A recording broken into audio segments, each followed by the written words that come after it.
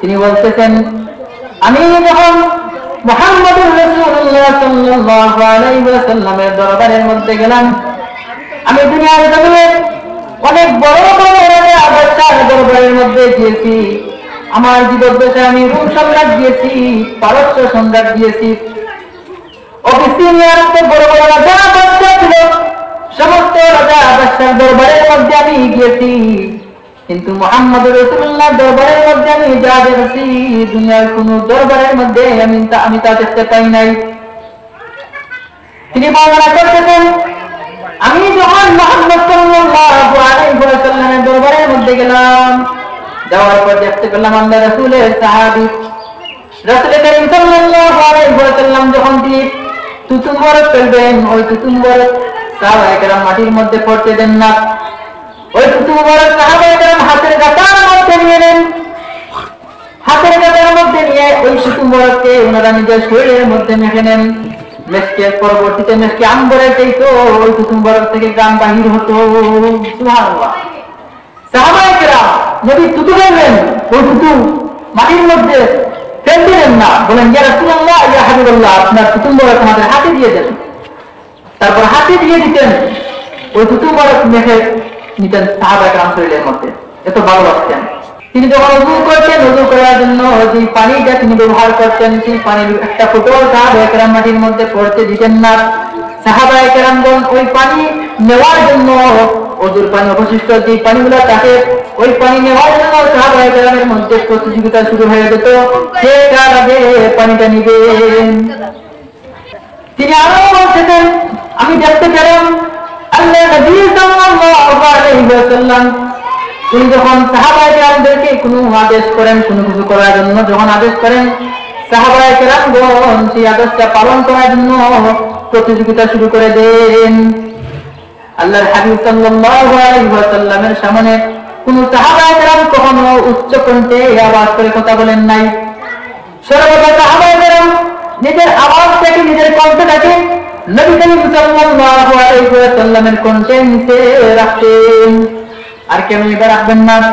আল্লাহ পাক রব্বুল আলামিন পবিত্র কোরআন কারীমের মধ্যে জানালেন, ইয়া আইয়ুহাল্লাযীনা আমানু লা তারফাউ আসওয়াতাকুম ফাওকা সাওতিন নবী ওয়া লা তাজহারু লাহু বিল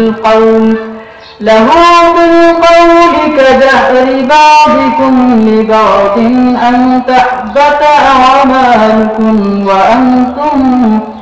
আল্লাহ পাক রব্বুল আলামিন পবিত্র কোরআন কারীমের মধ্যে নবী মুহাম্মদ সাল্লাল্লাহু আলাইহি ওয়াসাল্লামকে উদ্দেশ্য করে জানালেন, সাহাবায়ে কেরামদেরকে উদ্দেশ্য করে জানালেন আয়াতের মধ্যে, ইয়া আইয়ুহাল্লাযীনা আমানু, হে ঈমানদারগণ, হে মুমিনগণ, লা তারফাউ আসওয়াতাকুম ফাওকা সাওতিন নবী, তোমরা নবী করিম সাল্লাল্লাহু আলাইহি ওয়াসাল্লামের সামনে যখন যাইবা, নিজের কণ্ঠকে উচ্চ সুরে কণ্ঠ করে কথা বলিও না। সর্ব অবস্থায় নিজের কণ্ঠটাকে আল্লাহ রাসূল সাল্লাল্লাহু আলাইহি ওয়াসাল্লামের কণ্ঠের নিচে রাখিও। যদি তোমরা আল্লাহ রাসূলের কণ্ঠের উপরে তোমাদের কণ্ঠটা চলে যায়, তাহলে কোন মুহূর্তে কখন তোমাদের আমলটা আল্লাহ পাক ধ্বংস করে দিবেন, তোমরা টেরও পাইবা না। সুবহানাল্লাহ।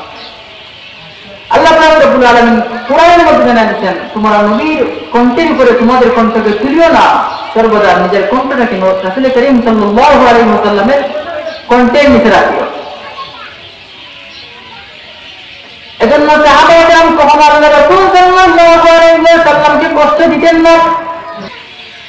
আল্লাহ এমন এক নবী, সাহাবায়ে কেরাম এত সুন্দর করে আল্লাহ রাসূলকে মান্য করতেন, এত সুন্দর করে অনুগত্য স্বীকার করতেন। আল্লাহর হাবিব সাল্লাল্লাহু আলাইহি ওয়াসাল্লাম একবার উনি সিংহা লাগিয়েছেন, সিংহা লাগানো সুন্নতে নববী। আল্লাহ রাসূল সাল্লাল্লাহু আলাইহি ওয়াসাল্লাম সিংহা লাগিয়েছেন ওনার জীবদ্দশায়। তো আল্লাহ রাসূল সাল্লাল্লাহু আলাইহি ওয়াসাল্লাম যখন সিংহা লাগালেন, সিংহা লাগানোর পর ওই সিংহা থেকে কিছু জমাট রক্ত বাহির হলো। আল্লাহর হাবিব সাল্লাল্লাহু আলাইহি ওয়াসাল্লাম ওই রক্তগুলো একজন সাহাবার হাতে দিলেন, দিয়ে বললেন আমার সাহাবী এই নাও রক্ত, এই রক্তগুলা তুমি দূরে কোথাও একটা জায়গার মধ্যে দাফন করে আসো, কবরস্থ করে আসো। ওই রক্তটা হাতের মধ্যে নিলেন, হাতের মধ্যে নিয়ে তিনি আবার কিছুক্ষণ পরে আল্লাহ রাসূল সাল্লাল্লাহু আলাইহি ওয়াসাল্লামের দরবারের মধ্যে আসলেন।